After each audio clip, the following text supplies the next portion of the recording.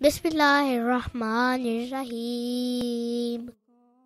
Pleasant stories and anecdotes narrated by Hadrat Masih Maud ﷺ about the inoculation for plague.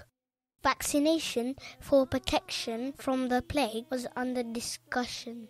Hadrat Nawab Muhammad Ali Khan anhu said, "How many people can the vaccination reach?"